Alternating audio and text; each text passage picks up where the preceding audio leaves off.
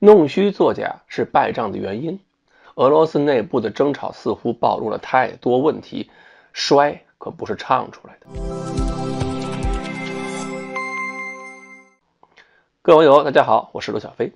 前几个月里边，国内任何一个媒体人、解放军的专家在内如果谁敢说俄罗斯仗打得不好，存在哪些不足，无一例外的会被围攻，被一些网友说成是亲美，唱衰俄罗斯。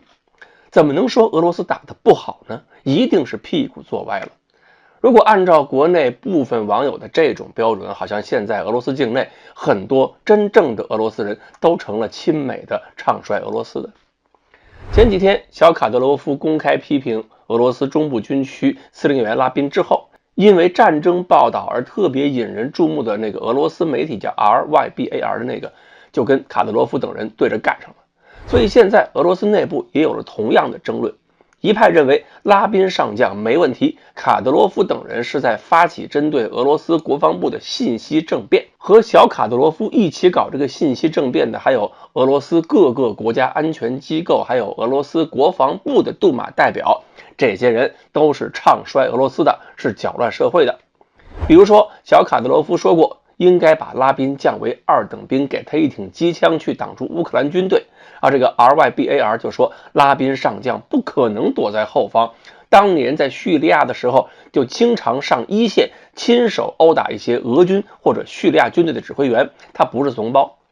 结果这一吵，参与的人就越来越多。斯特列科夫说，我早就说了，你们指挥不行，利曼守不住，你们不听我的，可不就守不住吗？58集团军前司令员安德烈·古鲁廖夫说，小卡德罗夫骂的没错，俄军上下存在严重的瞒报和虚报现象，报喜不报忧，所以决策者根本就不知道真实的情况。另外，后勤和兵力保障都严重不足。俄军兵力不足我们都知道，后勤上出的问题貌似有点超过我们的估计了。比如说军服，俄罗斯著名的记者安纳萨西亚·卡什瓦罗娃说，现在动员征兵了，发现军服不够，要各地的士兵自个儿花高价钱买军服。而此前有消息还报道说，仓库里少了150万套军服，莫非是有人事先把仓库搬空了，就等着每个新兵不得不来买几套吗？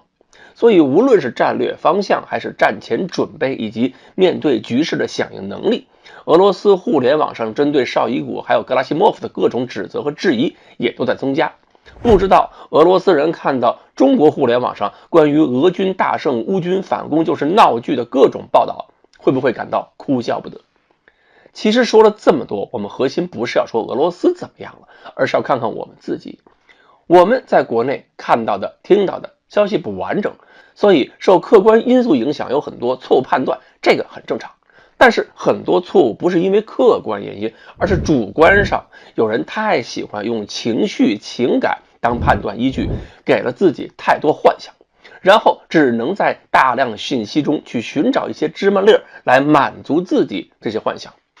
但是干这种事儿的人太多了，这种事儿干的太多了，给整个社会舆论塑造了一个不真实的政治正确。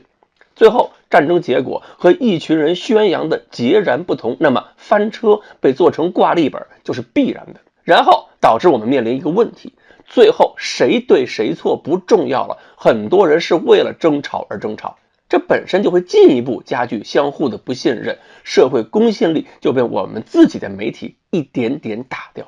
所以真正的爱国，首先要让自己先看清真实世界。如果连客观唯物主义都不要了，不敢面对事实，只想着嘴上爽一下，只想着大家爱听什么就编什么，那就只能是害人害己，空喊口号。